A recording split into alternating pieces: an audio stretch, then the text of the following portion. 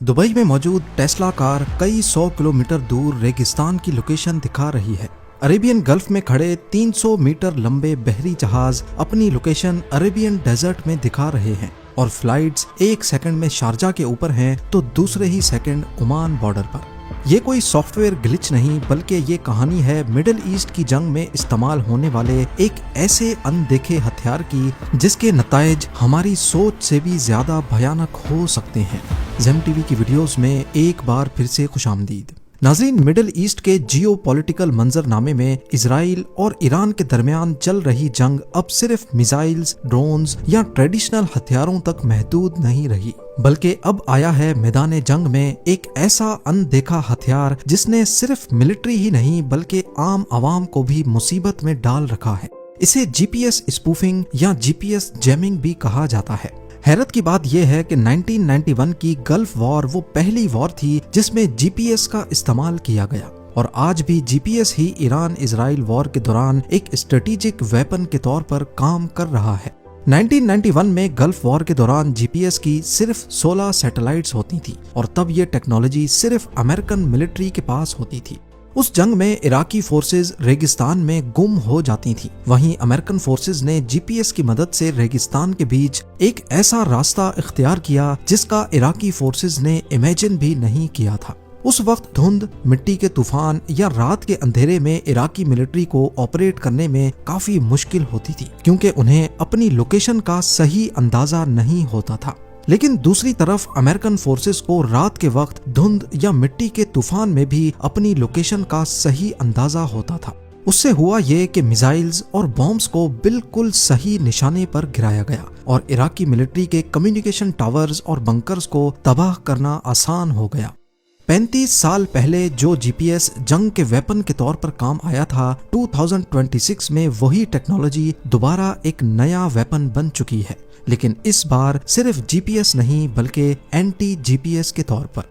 Israel और US की Iran के खिलाफ जंग के दौरान पहली बार इसको तब देखा गया जब दुबई में लोगों के गूगल मैप्स अजीब बर्ताव करने लगे। सिर्फ गूगल मैप्स ही नहीं बल्कि टेस्ला की गाड़ियां, उबर, करीम और डिलीवरी राइडर्स की लोकेशन दुबई के बजाय या तो अरेबियन गल्फ में शो होने लगी या फिर असल लोकेशन से बहुत दूर कहीं रेगिस्तान में। पहले तो समझा गया कि शायद ये सिर्फ कोई सॉफ्टवेयर ग्लिच है, लेकिन बाद में फ्लाइट रेडार 24 में देखने पर मालूम पड़ा कि एयर ट्रैफिक की लोकेशन भी बार बार स्विच कर रही है। मिसाल के तौर पर ये एमिरेट्स का प्लेन मैड्रिड से दुबई अभी पहुंचा ही था कि यूएई के बॉर्डर पर कुछ वक्त के लिए इसकी लोकेशन में ग्लिच नजर आया। इसी तरह शारजा से इजिप्ट जाने वाली फ्लाइट की लोकेशन में भी एक जिग जैग पैटर्न देखा गया। शारजा से मुंबई की फ्लाइट में भी पहले प्लेन की लोकेशन अरेबियन गल्फ में 3 अलग अलग पॉइंट्स पर शो हुई और फिर जिग जैग का एक ऐसा फ्लाइट पैटर्न शो होने लगा जो किसी भी तरह मुमकिन नहीं है। एयर ट्रैफिक तो एयर ट्रैफिक, मैरीटाइम नेटवर्क भी इस जाल से बच नहीं सका। अरेबियन गल्फ में खड़े बहरी जहाजों की लोकेशन भी गलत दिखाई देने लगी, जैसे ये बहरी जहाज अपनी लोकेशन यूएई और सऊदी के बॉर्डर पर रेगिस्तान के बीच में दिखा रहा है। दुबई क्रीक से निकला ये जहाज अपनी लोकेशन यूएई के अल रमला के एरिया में दिखा रहा है। सिर्फ यूएई ही नहीं, ईरान के कोस्ट पर कुछ बहरी जहाज जमीन पर एक गोल दायरे में देखे गए। एक ऐसा पैटर्न जो 300 मीटर लंबे जहाजों के लिए चाह कर भी बनाना नामुमकिन होता है, और वो भी पानी नहीं बल्कि जमीन पर। आखिरकार कुछ दिनों के बाद ये गुत्थी सुलझी कि असल में यहाँ ईरानी ड्रोन्स और मिसाइल स्ट्राइक्स हो रही हैं, तभी यहाँ के जीपीएस सिस्टम को ऑल्टर किया गया है। पर अभी तक इस पर किसी भी मिलिट्री की तरफ से कोई बयान नहीं दिया गया। ईरानी शाहिद ड्रोन्स खासकर जीपीएस कोऑर्डिनेट्स पर डिपेंड करते हैं। अगर उस रीजन में जीपीएस के सिग्नल ही ऑल्टर कर दिए जाएंगे तो जाहिर है उनका टारगेट भी मिस हो जाएगा। पिछले कई दिनों से सिर्फ यूएई, कतर या सऊदी में ही नहीं बल्कि पूरे मिडिल ईस्ट में ऐसा ही कुछ देखा जा रहा है। पर यहाँ सबके जहन में सवाल आ रहा है कि आखिर जीपीएस को ऑल्टर कैसे किया जाता है। यहाँ तक के कई लोग तो ये मानने को ही तैयार नहीं कि ये वाकई पॉसिबल भी है या नहीं। यहाँ 2 अलग अलग टर्म्स हैं, जीपीएस जैमिंग और जीपीएस स्पूफिंग। मोबाइल फोन में जीपीएस की गलत लोकेशन देखने में तो काफी मामूली बात लगती है, लेकिन ये कितनी खतरनाक हो सकती है इसका शायद अभी तक किसी को अंदाजा भी नहीं है। इसकी टेक्निकलिटीज जानने से पहले आइए आसान अल्फाज में समझते हैं कि जीपीएस काम कैसे करता है। जीपीएस, जिसे ग्लोबल पोजीशनिंग सिस्टम भी कहा जाता है, 1973 में यूएस डिपार्टमेंट ऑफ डिफेंस की तरफ से एक वेपन के तौर पर बनाया गया था। पहली जीपीएस सैटेलाइट 1978 में लॉन्च हुई और ये पूरा सिस्टम 1995 में कंप्लीट हुआ। शुरुआत में ये सिस्टम सिर्फ मिलिट्री के इस्तेमाल के लिए बनाया गया था, लेकिन 1983 में एक कोरियन पैसेंजर प्लेन के गिरने के बाद अमेरिका ने इसे सारी दुनिया के लिए खोल दिया। जीपीएस एक बहुत इंटरेस्टिंग टेक्नोलॉजी है जो एक बेसिक कानून पर काम करती है, ट्राइलेटरेशन। इसे आसान लफ्जों में यूं समझ लें कि जमीन के गिर्द सैटेलाइट ऑर्बिट करती हैं जो सिर्फ अपने एग्जैक्ट टाइम को रेडियो सिग्नल के जरिए जमीन पर भेजती हैं।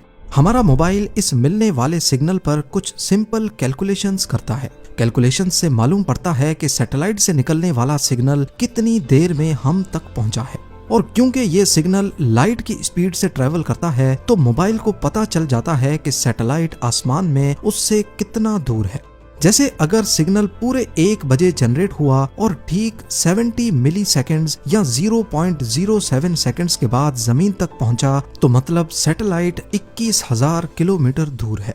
पर कहाँ है ये मालूम नहीं। इन कैलकुलेशंस की बिना पर एक इमेजिनरी गोल सर्कल बनता है, जिसका मतलब है कि आप इस सर्कल के एजेस पर कहीं भी हो सकते हैं। लेकिन ये सर्कल इतना बड़ा होता है कि इसमें कई मुल्क समा सकते हैं। एक्यूरेट रिजल्ट्स के लिए मोबाइल में लगा रिसीवर दूसरी सैटेलाइट से भी सिग्नल रिसीव करता है। अब एक दूसरा सर्कल भी बनता है जो पहले वाले को 2 जगह से ओवरलैप करता है। इसका मतलब है कि आपकी लोकेशन इन दोनों ओवरलैपिंग पॉइंट्स में से कोई एक है, मतलब एग्जैक्ट लोकेशन अभी तक नहीं मिली। फिर तीसरी सैटेलाइट के सिग्नल से जो सर्कल बनता है वो पिछले वाले दोनों को भी ओवरलैप करता है, और तीनों सर्कल्स की लाइन जिस एक पॉइंट पे एक दूसरे को क्रॉस करती हैं वही आपकी लोकेशन होती है। इसी तरह जितनी ज्यादा सैटेलाइट्स के सिग्नल्स मिलते जाते हैं उतनी ही परफेक्ट लोकेशन का पता चल सकता है।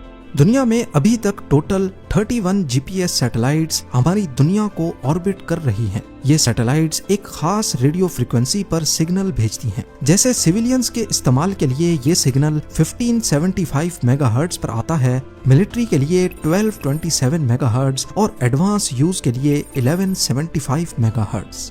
और क्योंकि ये सिग्नल 20,000 किलोमीटर दूर सैटेलाइट से आते हैं तो ये काफी कमजोर भी हो चुके होते हैं।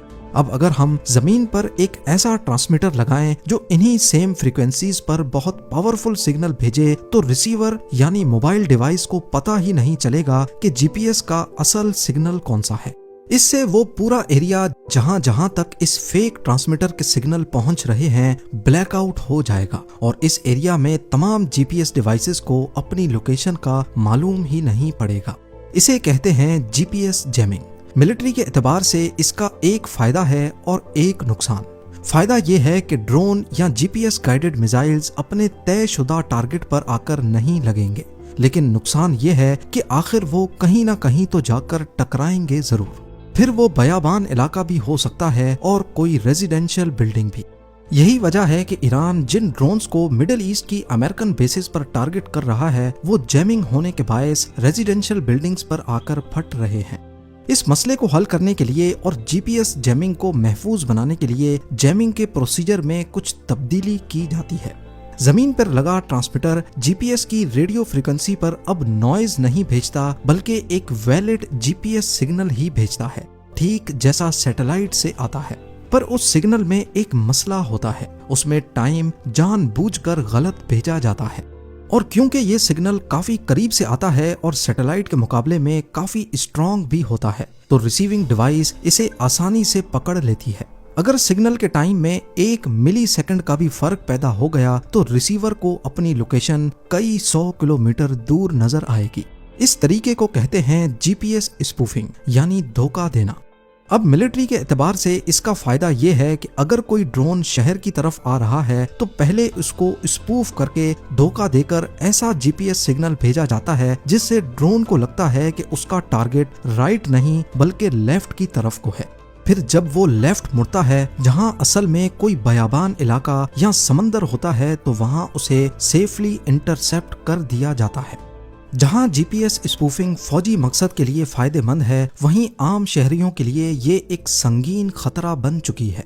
उबर, करीम या डिलीवरी एप्स का ना चलना तो एक मामूली बात है, एयरलाइंस के लिए जीपीएस स्पूफिंग इतनी खतरनाक है कि पायलट को लगता है सिस्टम सही काम कर रहा है, जबकि जहाज असल में रास्ता भटक चुका होता है। जहाज का ground proximity warning system GPS पर डिपेंड करता है। अगर स्पूफिंग की वजह से सिस्टम को लगे कि जहाज कहीं और है, जबकि नीचे या सामने कोई पहाड़ हो, तो पायलट को कोई वार्निंग नहीं मिलेगी। इसी तरह स्पूफिंग की वजह से जहाज नो फ्लाई जोन में भी जा सकता है। टेक ऑफ और लैंडिंग के वक्त जहाज अचानक टर्न कर सकता है, जिससे खतरनाक हादसा भी पेश आ सकता है। सिर्फ यही नहीं, जीपीएस स्पूफिंग का एक और अनदेखा खतरा भी है, जो स्टॉक या क्रिप्टो मार्केट को मिनटों में तबाह कर सकता है। जी हाँ, आजकल स्टॉक या क्रिप्टो मार्केट में ट्रेडिंग बॉट्स इस्तेमाल होते हैं, जिनको 1 सेकंड के हजारों हिस्सों में फैसला करना होता है। हर ट्रांजैक्शन पर एक टाइम स्टैंप लगता है कि ये शेयर कब खरीदा या बेचा गया। ये एग्जैक्ट वक्त जीपीएस से ही लिया जाता है, क्योंकि जीपीएस सैटेलाइट्स में दुनिया की सबसे एक्यूरेट एटॉमिक क्लॉक्स लगी होती हैं। अगर स्पूफिंग की वजह से एक ट्रांजैक्शन का टाइम भी गलत पंच हो गया, तो नीचे की सारी ट्रांजैक्शंस का रिकॉर्ड खराब हो सकता है और इस सूरत में मार्केट क्रैश भी कर सकती है। जैसे 1991 में अरब वॉर के दौरान जीपीएस एक नए वेपन के तौर पर उभरा था, इसी तरह 2026 में जीपीएस स्पूफिंग भी एक नए वेपन के तौर पर उभर रही है। इस टेक्निक को रशिया यूक्रेन वॉर में भी देखा गया और इजराइल सीरिया की जंग में भी। पर दुनिया को जीपीएस स्पूफिंग का सबसे पहला और बड़ा झटका 2011 में तब लगा, जब ईरान ने इस टेक्निक को इस्तेमाल करते हुए अमेरिका का इंतहाई सीक्रेट ड्रोन RQ-170 न सिर्फ हाईजैक किया, बल्कि उसे बाहिफाजत अपने मुल्क में लैंड भी करवा दिया। हुआ कुछ यूं था कि दिसंबर 2011 में अमेरिका का ये सीक्रेट ड्रोन ईरान के ऊपर जासूसी कर रहा था। उस वक्त ये अफगानिस्तान में अमेरिकन बेस से टेक ऑफ हुआ था और जाहिर है उसे वहीं पर जाकर लैंड करना था। ईरान ने ड्रोन के जीपीएस को स्पूफिंग के जरिए ये यकीन दिलाया कि वो अफगानिस्तान में अपनी बेस पर उतरने वाला है, जबकि वो ईरान के ही अंदर था। यानी ड्रोन ने समझा कि वो अफगानिस्तान की बेस पर लैंड कर रहा है, जबकि उसने ईरान में ही लैंड कर लिया। ये वाकया दुनिया के लिए एक आई ओपनर था कि स्पूफिंग को जंग में कैसे हथियार बनाया जा सकता है। जीपीएस स्पूफिंग ने साबित कर दिया है कि मुस्तकबिल की जंगें अब सिर्फ बारूद से नहीं, बल्कि इनविजिबल रेडियो वेव्स और डाटा मैनिपुलेशन से लड़ी जाएंगी। और उन जंगों में कामयाब वही रहेगा जो टेक्नोलॉजी को इस्तेमाल तो करेगा, लेकिन उनका गुलाम नहीं बनेगा। उम्मीद है जेम टीवी की ये वीडियो भी आप लोग भरपूर लाइक और शेयर करेंगे। आप लोगों के प्यार भरे कमेंट्स का बेहद शुक्रिया। मिलते हैं अगली शानदार वीडियो में।